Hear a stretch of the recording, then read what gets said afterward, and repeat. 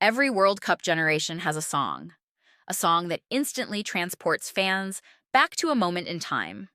For some fans, it's Italia 90. For others, it's Wavin' Flag. But for an entire generation of football fans, one World Cup song stands above all the others. Waka Waka. Even today, 16 years later, millions of people still know the chorus. They still play it at parties, still hear it in stadiums, still associate it with one of the greatest World Cups ever played. And that's exactly why FIFA's new World Cup song faces such a difficult challenge, because no matter how good Die Die is, everyone is comparing it to Waka Waka. The question is simple. Can Die Die ever become as iconic as Waka Waka? Or has football already found the perfect World Cup song? Let's find out. To understand why this debate exists, we need to go back to 2010. South Africa. The first World Cup ever held on African soil. The atmosphere was different. The energy was different. Everything about that tournament felt historic. And then came Waka Waka. Performed by Shakira, the song exploded across the world. It wasn't just popular among football fans. It became a global hit. People who didn't watch football knew the song. People who had never watched a World Cup knew the song. The music video generated hundreds of millions of views, then billions.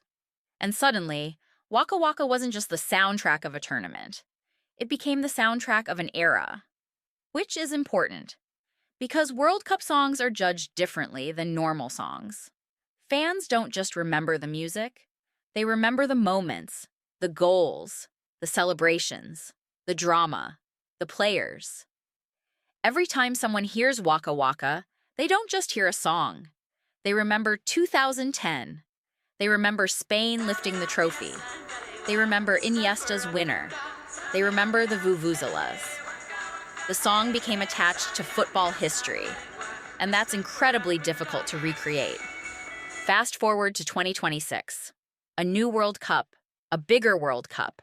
More teams, more matches, more attention than ever before. And FIFA has a new anthem, Die Die. From the moment it was released, fans started asking the same question. Is it better than Waka Waka? And honestly, that's probably unfair. Because Die Die has a problem that Waka Waka never had. Waka Waka wasn't competing with Waka Waka. Die Die is every note, every lyric, every performance, every music video view. Everything gets compared to one of the most successful sports songs ever made.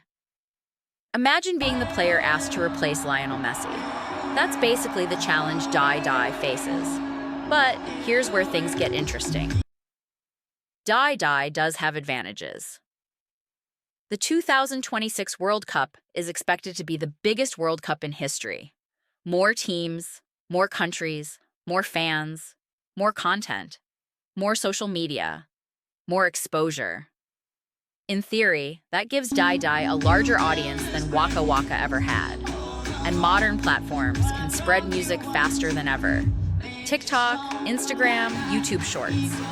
A single viral trend can generate hundreds of millions of views, something that simply didn't exist in 2010. So if Die Die catches fire online, it could become enormous, maybe even bigger than people expect.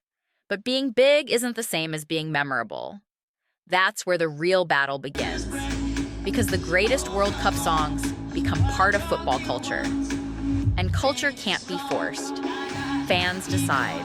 Not FIFA. Not record labels. Not marketing campaigns. Fans. If supporters keep singing the song after the tournament ends, it survives.